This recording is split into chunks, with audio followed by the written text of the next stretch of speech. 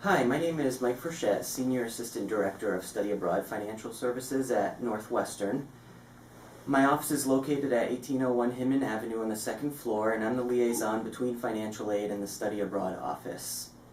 Today I'm going to talk to you about billing and financial aid as it relates to study abroad, and if you have any questions when I'm done, please feel free to contact me either by phone, by email, or simply by stopping by the office. First I'm going to talk about billing because it is something that impacts all of you. For Northwestern affiliated programs, you will be billed for at least the program's tuition and the study abroad administrative fee. Northwestern will bill you for those two things at least. Some providers will bill you directly for other costs such as room and board, and some providers will have Northwestern bill those costs as part of the program fee. It varies from provider to provider, so please make sure you check the billing chart that you received with your packet today, and that billing chart's also on the Study Abroad office's website as well. You will receive your invoice at the normal time, so for students leaving in the fall, you'll get your invoice on August 10th. For students leaving in the winter, you'll get your invoice on December 10th, and for students participating in spring-only programs, you'll get your invoice on March 10th. You'll still be able to pay your invoice like normal through Caesar, but the invoice will look a little bit different.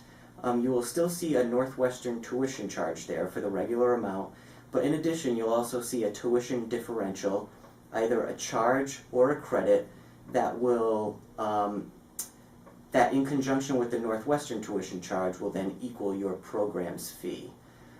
If your program is more expensive than studying at Northwestern, then the tuition differential will be an additional charge that will augment the Northwestern tuition charge, and if your program is less expensive than Northwestern, then the tuition differential will be a credit, reducing the Northwestern tuition charge.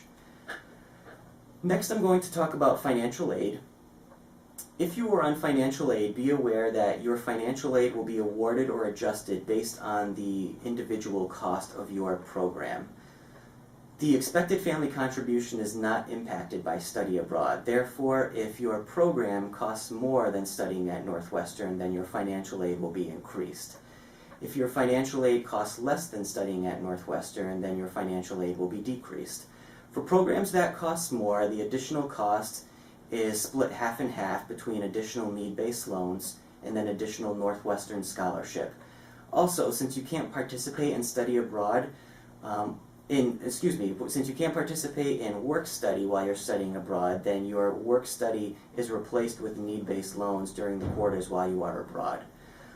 For programs that cost less than Northwestern, as I said, your financial aid will be reduced, and we reduce need-based loans and work study first, and then Northwestern scholarship if necessary.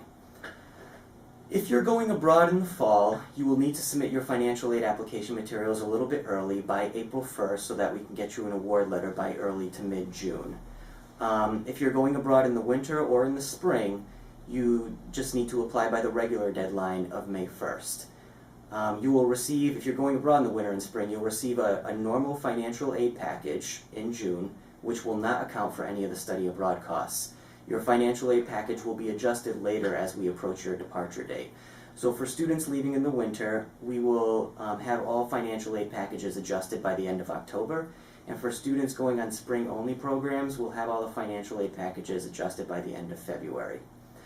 If you're receiving loans, especially for the first time, make sure that you accept the loans on Caesar and that you complete all loan application materials before leaving for your study abroad program location.